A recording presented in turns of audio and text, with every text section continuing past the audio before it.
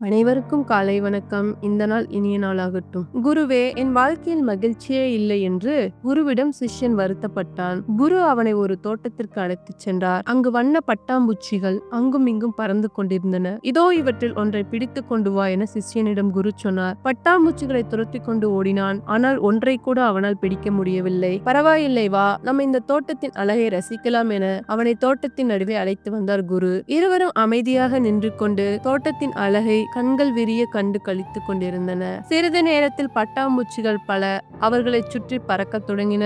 மேலும் 2 பட்டாம்பூச்சிகள் அவன் கைகளிலேயே வந்து அமர்ந்தன. குரு சிரித்துக் கொண்டே கூறினார், இதுதான் வாழ்க்கை. மகிழ்ச்சியை தேடி துரத்துவது அல்ல வாழ்க்கை. வாழ்க்கையை அமைதியாக நின்று ரசிக்கும் போது மகிழ்ச்சி நம்மிடம் தானாகவே வந்து சேரும். இதைத்தான் பரிசுத்த வேதாகமத்தில் லூக்கா 12:22 மிகவும் அற்ப காரியம் முதலாய் உங்களால் செய்யக்கூடாதிருக்க மற்றவைகளுக்காக நீங்கள் கவலைப்படுகிறது என்ன? ஆம் பிரியமானவர்களே, காட்டு புஷ்பங்கள் எப்படி வளர்கிறது என்று கவனித்து பாருங்கள். அவைகள் உழைக்கிறதும் இல்லை, நூற்கிறதும் இல்லை. என்றாலும் சாலமோன் முதலாய் தன் சர்வ மகிமையிலும் அவைகளை ஒன்றை போலாகிலும் உடுத்தி இருந்ததில்லை என்று உங்களுக்கு சொல்கிறேன். இப்படி இருக்க அற்ப விசுவாசிகளே, இன்றைக்கு காட்டிலிருந்து நாளைக்கு அடுப்பிலே போடப்படுகிற புல்லுக்கு தேவன் இவ்விதமாக உடுத்துவித்தால் உங்களுக்கு உடுத்துவிப்பது அதிக நிச்சயம் அல்லவா? ஆகையால் என்னத்தை உண்போம், என்னத்தை குடிப்போம் என்று நீங்கள் கேளாமலும் சந்தேகப்படாமலும் இருங்கள். ஆம் பிரியமானவர்களே, இவைகளை எல்லாம் உலகத்தார் நாடி தேடுகிறார்கள்.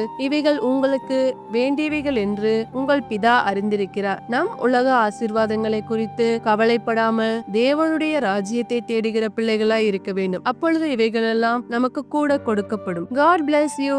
இந்த நாள் இனிய நாளாகட்டும்.